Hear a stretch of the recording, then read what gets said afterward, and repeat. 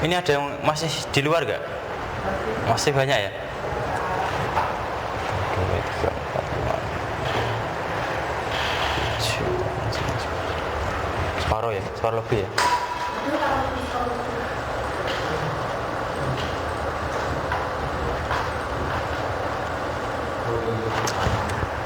Oke, sambil menunggu teman-temannya,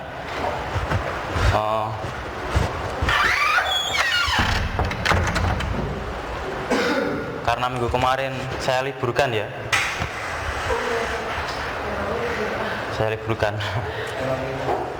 terus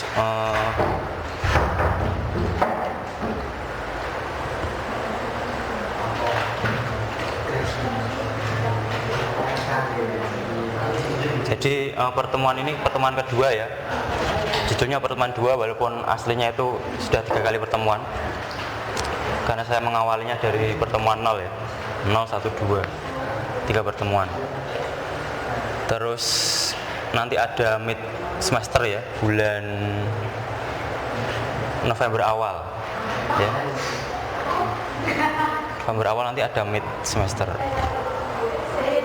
Iya, kan cuma 8 pertemuan ya, cuma 2 bulan memang. Kuliah efektif itu 1 semester itu cuma 4 bulan ya, yang 2 bulan ini libur dan sebagainya. Jadi efektif itu cuma 2 bulan mid semesternya.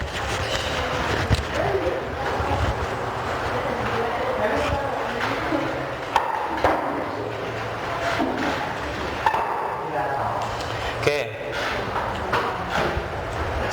seperti biasa ya, nanti ini materi sebentar, setelah itu kita istirahat. Ini nanti sampai jam 9 kayak Butias.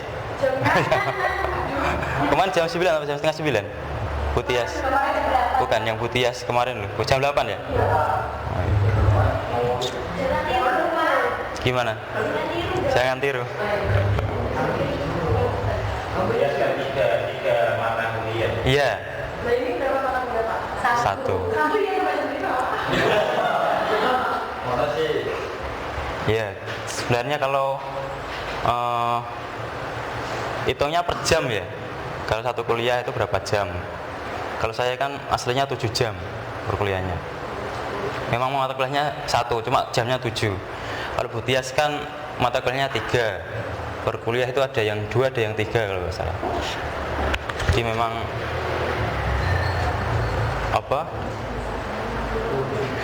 bobot kuliah itu ada pada jamnya ya. Maksudnya nggak semua mata kuliah itu semua 7 jam, semua 3 jam itu nggak mesti. Itu per minggu gitu.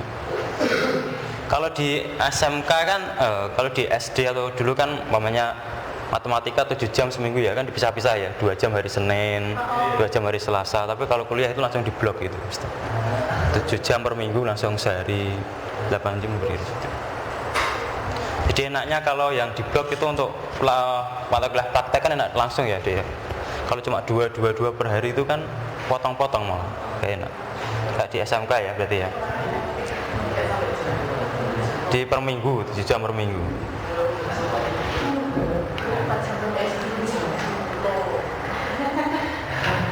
Kalau perjanjiannya, kalau peraturannya Polinema itu 1 jam 45 menit. Mamanya kali 7 itu kayaknya pulangnya ya memang jam 9. Tapi iya, tapi berhubung karena kita masih PDD, terus lingkungan yang nggak mendukung dari Jepara itu mengurangi jadi 30 menit per 1 jam gitu.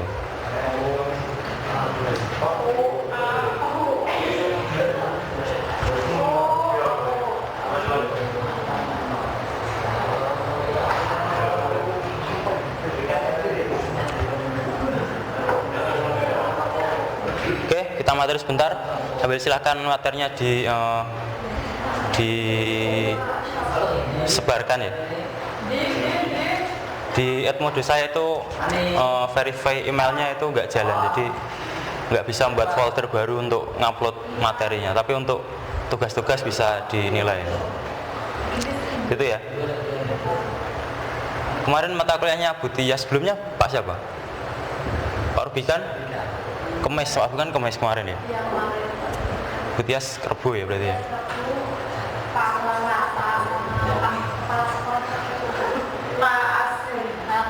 Oh, Pak Agung sama Pak Sehari Selasa ya?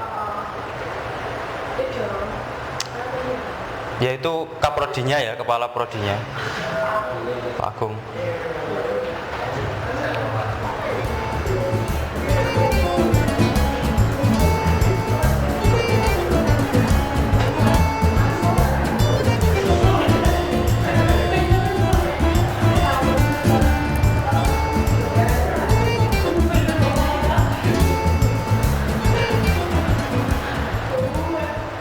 Oke, hari ini kita akan seperti biasa ya, kita akan teori materi, kemudian praktek.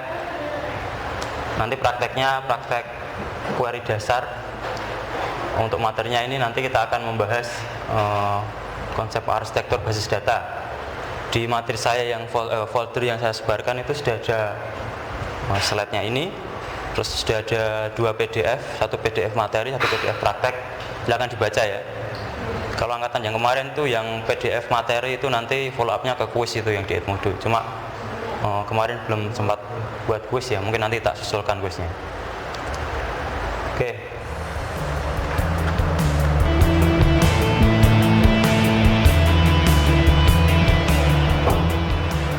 Kemarin telah kita 2 minggu yang lalu ya, Bang Mas Hafal, kita telah membahas banyak hal. Yang pertama adalah apa itu data. Data itu fakta ya yang disimpan dalam komputer. Kemudian setelah datanya itu banyak ya, kemudian pengolahnya itu namanya DBMS, Database Management System. Jenis pengolahnya ya. Kemudian kalau mereknya itu bisa kita praktekkan, yang telah kita praktekkan adalah Microsoft Access. Kemudian ada orang yang berpengaruh, kemarin ada 3. Yang pertama adalah si penjaganya, si administratornya. Yang kedua adalah adminnya, satu adminnya. Yang kedua desainernya ya. Yang ketiga adalah penggunanya. Kemudian manfaat basis data yang telah kita ketahui untuk komputer ini banyak sekali. Kecepatan, efisien, akurat, lengkap dan sebagainya. Gitu. Ini masnya baru mas ya? Mas siapa namanya? Mas Wisnu. Yang baru lagi ada lagi ya, yang 2 lagi ya? Sudah masuk kemarin? Masuk ya?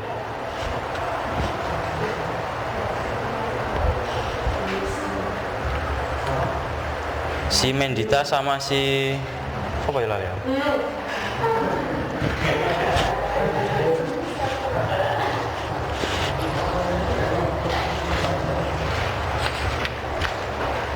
Hermanto ya? Mas Hermanto belum datang ya? Apa? Oh iya, nggak apa-apa. Oh biar itu ya, nggak usah lah. Ini weh. Aku jangan naik ke sana iki.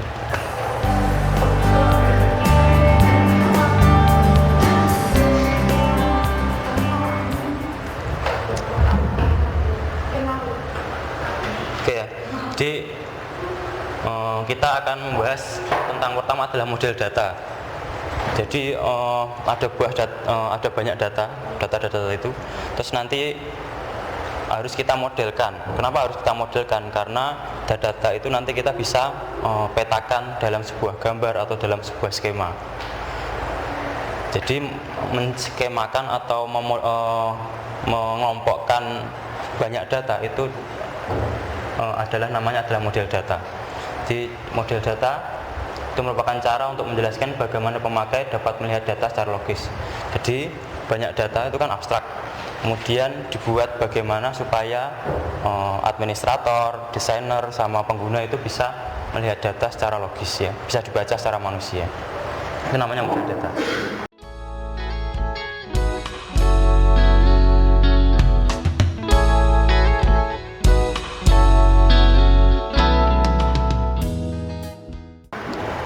Model data ada 3.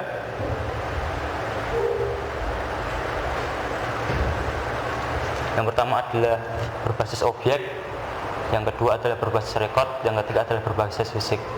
Nanti kita akan membahas yang dua ini, yang berbasis objek sama berbasis record. Karena yang berbasis fisik kebanyakan tidak digunakan ya saat ini. Apa itu objek? Apa itu record?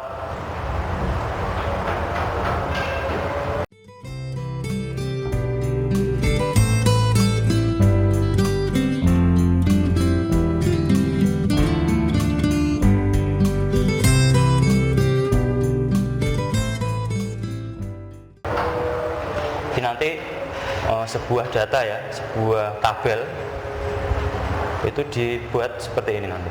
Jadi dibuat, dipetakan menjadi ini namanya apa ya? Bukan grafik ya, bagan ya, bagan yang terhubung ya.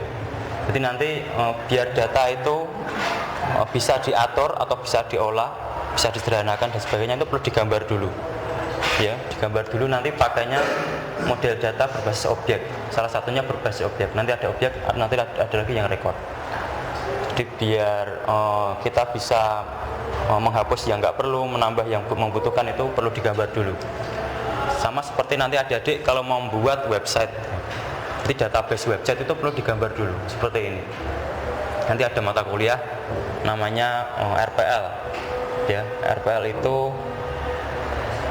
ya rekayasa perangkat lunak. Ada jurusan SMK RPL ya. Ya. Jadi nanti ERD ini akan dibahas lanjut. Ya kita akan membahas sekilas. Nanti yang berlanjut lagi ada di mata kuliahnya RPL.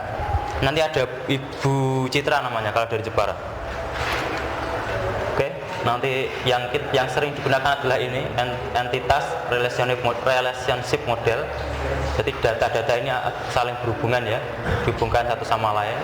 Jadi tabel-tabelnya nanti yang dibuat itu nanti dihubungkan satu sama lain biar bisa diolah menjadi database yang lebih berguna. Karena database, pengertian database sendiri itu adalah data-data yang saling berhubungan ya. Kalau nggak berhubungan namanya nggak database. Oke. Yang kedua adalah semantik. Semantik itu sama seperti entitas, cuma ER modelnya ini lebih sering nggak dipakai ya. Jadi dua ini lebih sering nggak dipakai. Yang sering dipakai nantinya ini. Oke, nanti kita bahas pelan-pelan aja. Ini kita tahu namanya dulu aja ya.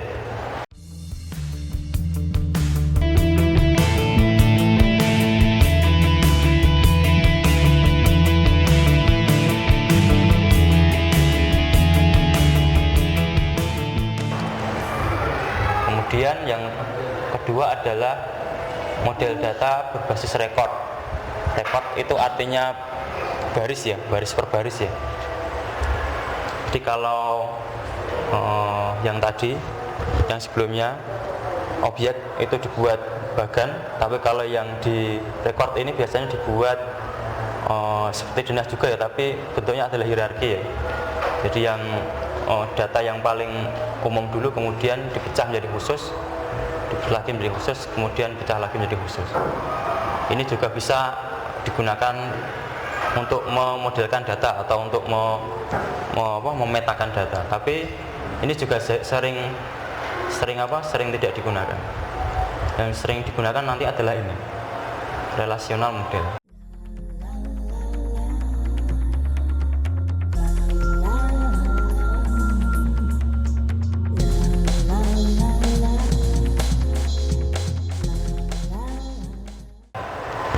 Apa itu relational model? Nah, seperti ini nanti. Di relational model itu manajemen basis data berdasarkan logika urutan pertama. Pada model database relasional seluruh data diwakili dalam bentuk tuple. Tuple itu ini ya, baris ya. Ini tuple ini. Kolom atau baris ini ya. Kalau yang menurun ini apa? Kalau yang mendatar ini gimana? Ya, kalau yang ini horizontal, kalau yang ini vertikal. Kalau yang baris yang turun atau yang ini? Kalau yang baris kelihatan yang turun ya. Kalau yang kolom itu yang mendatar ya. Iya. Itu ya. Ya kalau dicek sambil dicek Google ya kalau saya salah. Satu baris itu kan berarti kan nah, Satu baris ke sini. Oh iya. satu baris itu Ke kanan. kalau satu ganjar Satu ganjar itu kan ke belakang. Satu ganjar kan itu kan ke belakang ya. Nah, satu besar kan ke samping. Oh iya iya. Oh berarti yang kolom itu yang bawah ini ya? Berarti yang ini baris ya? Oke, berarti yang tupel ini baris ya? Bukan kolom. Dihubungkan dalam relasi, jadi nanti setiap tabel yang telah dibuat nanti ada relasinya, ada penghubungnya. Nanti kita akan bahas gimana menghubungkannya dan gimana nanti bisa menggabungkan antara dua buah tabel ini. Jadi nanti yang sering digunakan adalah ini ER model sama relational model, sama-sama relasional.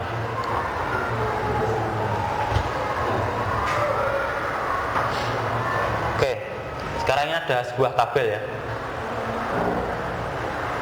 Oh benar ya, yang baris itu yang ini. Oke.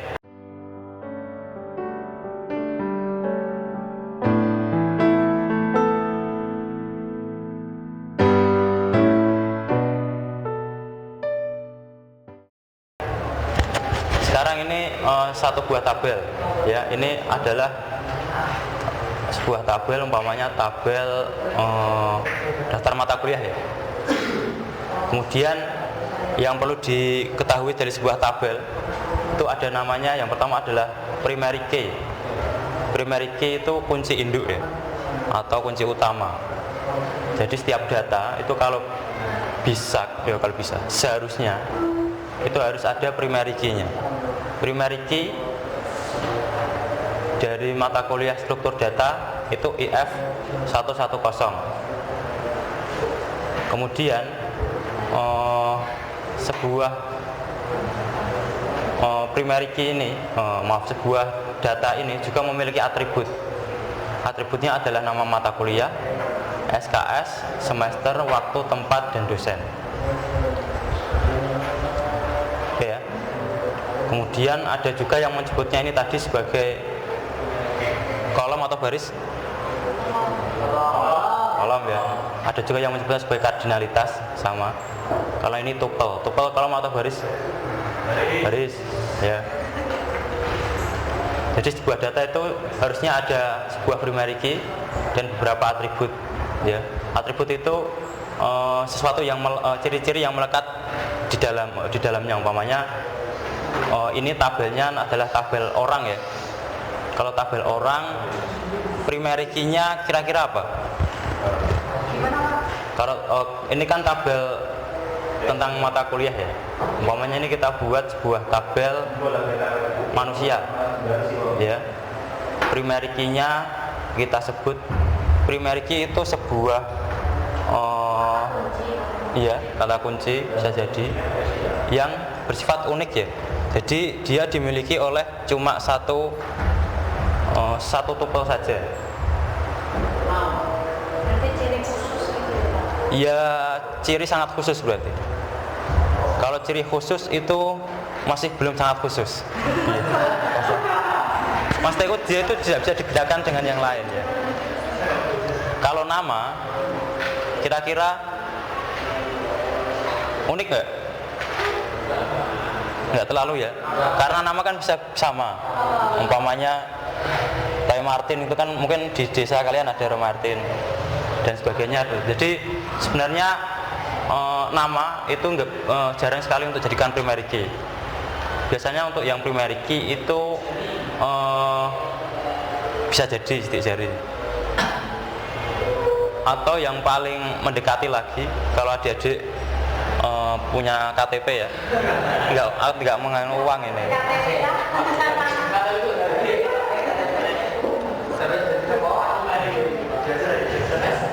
Ini KTP ya, fotonya tak tutupin. Jadi yang jadi primary key-nya itu, nah setiap orang itu adalah ini ya, yang atas diri ya, NIK ya, nomor induk kependudukan.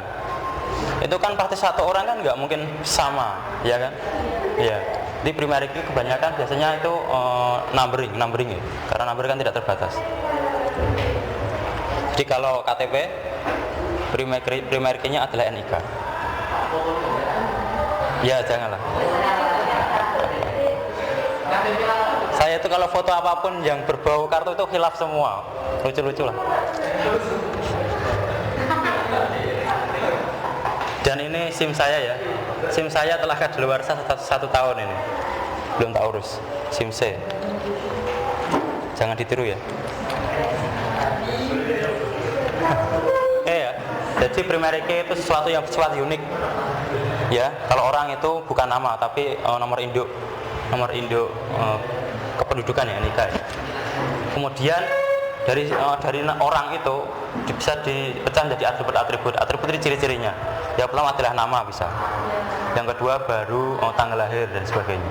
Nah, ciri-ciri ini itu namanya atribut ya. Ini bisa dijembrengkan, bisa diperluas sampai macam-macam, tergantung penggunaan, tergantung kebutuhan dari sebuah database.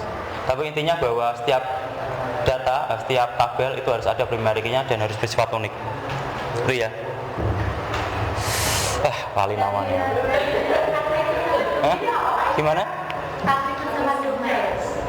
Oh ya. Kalau domain, kalau atribut itu cirinya ini ya. Ini kan ciri ya. Kalau domain itu isinya ciri ini. Isinya ini, umpamanya mata kuliah itu domainnya itu matematika. Itu isinya. Domain itu penyebutan untuk datanya, penyebutan nama. Oh boleh. Nanti kita bahas. Tapi boleh sama. Pada awalnya boleh sama. Lah nanti tugas kita sebagai seorang admin sama desainer itu harus membedakan. Jadi sebuah data nanti endingnya nggak boleh sama. Itu ada namanya nanti prinsip normalisasi ya. Jadi ada data-data yang kembar, nanti harus dipisah untuk menjadi data yang beda. Tapi itu nanti.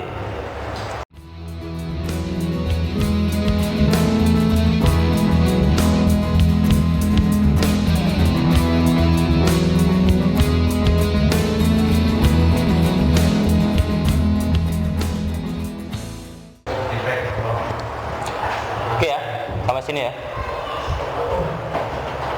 Lanjut. Ini ada berapa tabel? 3 ya. 1, 2, 3.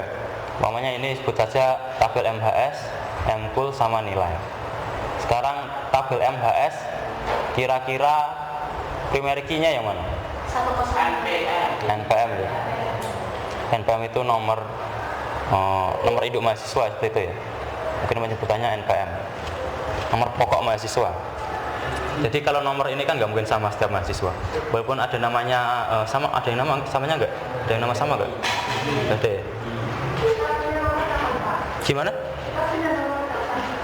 Oh iya, nunggu dari Polinemah datang ya. Biasanya tuh kalau tahun kemarin itu Polinemah datang ke Jepara, nanti difoto sama buat KTM langsung jadi. Tunggu aja ya. Kalau nomornya sudah ada, di absen kan sudah ada nomor induk mahasiswanya. Cuma kartunya itu yang belum ada. Kalau nomornya sudah ada. Karena itu ya, karena waktu kemarin waktu di Polinema itu kita sudah store nama, jadi otomatis nomornya sudah di generate ya. Oke, lanjut. Jadi atribut itu boleh sama ya. Tapi yang nggak boleh sama adalah primary key. Kemudian mata kuliah, MKUL ini primary key-nya yang mana? Primary key-nya yang mana? KDMK ya.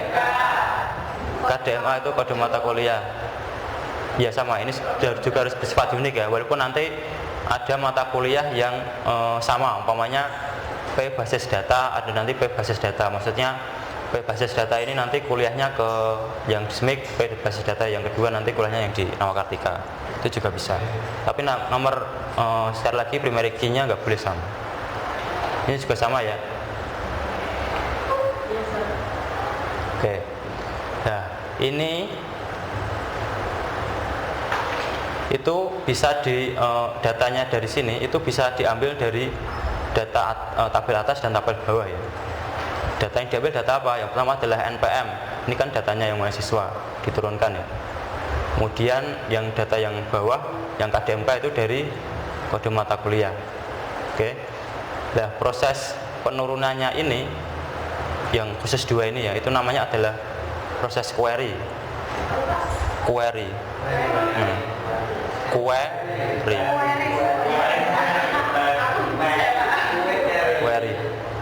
Oke. Kalau yang berarti kalau cuma ini saja ya, tanpa kita memperhatikan yang 2 ini ya, proses menurunkan ini namanya query. Tapi kalau sudah membuat tambahan data ini berarti nanti ini menjadi tabel yang baru. Oke ya, nanti apa hubungannya tabel sama query? Nanti kita bahas. Oke, yang penting bisa membedakan bahwa sebuah tabel itu harus ada primary key, harus ada atributnya. Oke.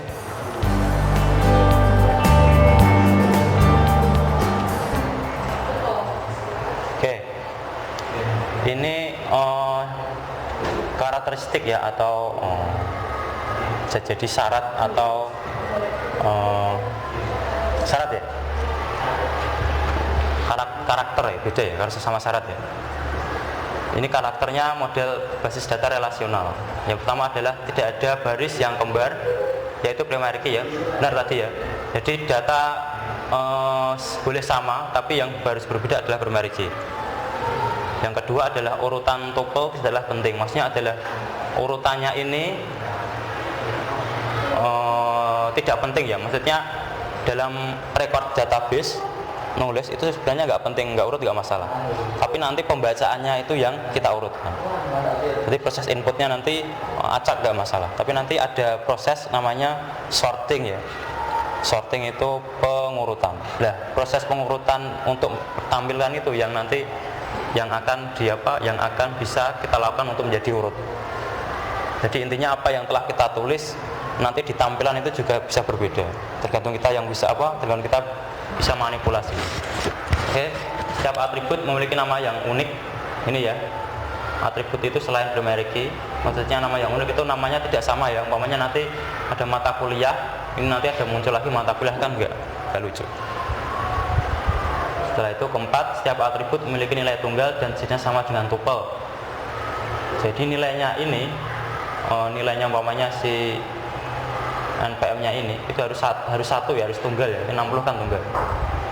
Dan tidak boleh ada 2 nilai, umpamanya 60 dan 70 itu enggak boleh. Dan jenisnya harus sama dengan tuple. Umpamanya atributnya adalah mid, otomatis kan angka ya. Kalau atributnya mid nggak mungkin isinya gedang goreng, kan nggak mungkin. Harus jenis.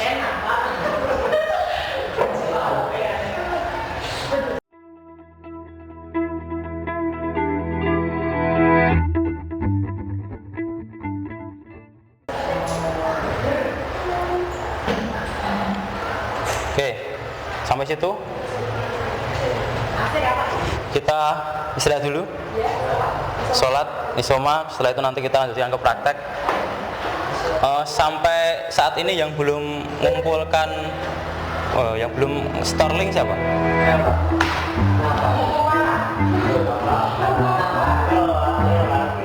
Ya, kalau bisa nanti diselesaikan aja mas.